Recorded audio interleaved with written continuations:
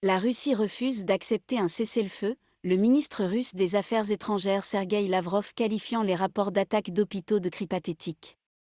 Lors d'une conférence de presse à l'issue des réunions, le ministre russe des Affaires étrangères Sergueï Lavrov a fait un certain nombre d'affirmations, notamment que les États-Unis développaient des armes biologiques en Ukraine. La Russie a été accusée d'avoir refusé d'arrêter son offensive contre l'Ukraine afin de permettre à l'aide et aux civils de fuir. Lors des pourparlers au plus haut niveau depuis que le président Vladimir Poutine a ordonné l'invasion le 24 février, le ministre des Affaires étrangères de Moscou, Sergueï Lavrov, a rencontré son homologue ukrainien Dmytro Kulba en Turquie. À l'issue de la discussion, M. Kulba a déclaré qu'aucun accord n'avait été trouvé et que la Russie était catégorique sur le fait que son opération se déroulait comme prévu, réaffirmant son allégation selon laquelle l'Ukraine constituait une menace pour sa sécurité nationale.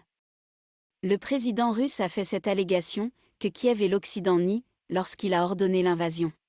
Au cours des 15 jours qui ont suivi, Moscou a soutenu qu'elle n'avait pas envahi l'Ukraine et que ses troupes ne ciblaient pas les civils, malgré les allégations de milliers de morts. M. Poutine a décrit l'offensive dans la région du Donbass, dans l'est de l'Ukraine, comme une opération militaire spéciale.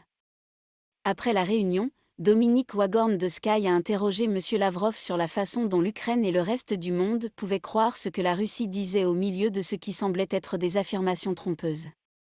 Les développements importants incluent, les États-Unis avertissent que la Russie pourrait déployer des armes chimiques ou biologiques en Ukraine.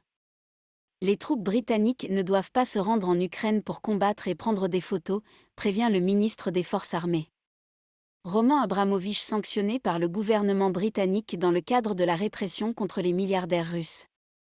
Nous voulions aborder la situation de manière diplomatique jusqu'au tout dernier moment, a-t-il déclaré. Poutine a décrit très clairement pourquoi il a choisi d'exécuter une opération militaire spéciale, et même si vous n'êtes pas autorisé à en parler à vos auditeurs, vous pouvez lire ce document vous-même et il vous expliquera. M. Lavrov a déclaré catégoriquement que l'Occident était d'accord pour dire que l'Ukraine est à nous. Nous voulions aborder la situation de manière diplomatique jusqu'au tout dernier moment, a-t-il déclaré. Poutine a décrit très clairement pourquoi il a choisi d'exécuter une opération militaire spéciale, et même si vous n'êtes pas autorisé à en parler à vos auditeurs, vous pouvez lire ce document vous-même et il vous expliquera. M. Lavrov a déclaré catégoriquement que l'Occident était d'accord pour dire que l'Ukraine est à nous. Il a également déclaré que les États-Unis travaillaient sur les armes biologiques en Ukraine.